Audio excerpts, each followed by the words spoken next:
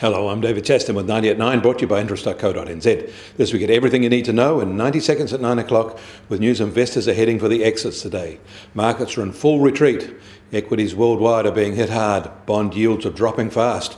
Rate curves have either turned negative or are quickly heading that way. And gold has jumped to a 7-year high. The oil price is tanking. Wall Street opened sharply lower and has stayed down.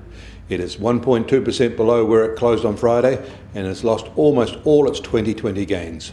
Overnight, European markets fell even harder, down 2.5% across the board. And yesterday, Tokyo lost 2%. We are witnessing a rush to the safe havens and away from commodities and risk. The few data releases in the US overnight weren't especially positive either. The expected pickup in new home sales in the US in December from November didn't happen, and that surprised analysts. It's the third straight month that they've dropped.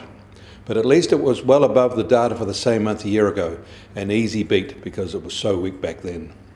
And the Dallas Fed regional survey picked up in January, but their general business activity metric is still negative, just less so.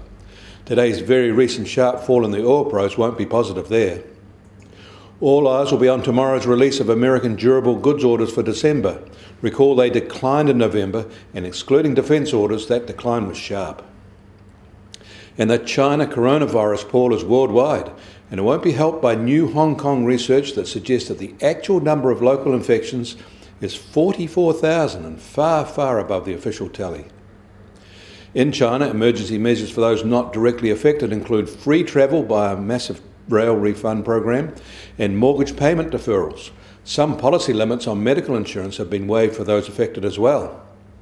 When the ASX opens today, a large fall is expected. Yesterday, the NZX 50 fell 0.6%, which in the circumstances was pretty modest, but it'll be hostage to the ASX today.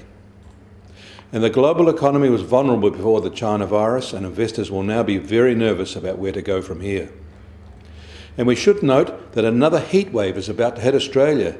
Severe conditions will be widespread, with extreme conditions forecast in Canberra, eastern Victoria, southeast New South Wales and eastern Tasmania. US Treasury 10-year yield has dropped even further, down another 7 basis points so far today, and now at 1.61%, and that's its largest weekly drop in more than 6 months. Gold is sharply higher, now at $1,578 an ounce, and that's another $6 gain in a day. And US oil prices are sharply lower again, now down to under $52.50 a barrel, and the Brent benchmark is now down to under $59 a barrel. Both represent falls of more than $5 in a week. And the Kiwi dollar has fallen by 0.5 cent today due to its vulnerability to the China trade. It's now back to 65.5 US cents.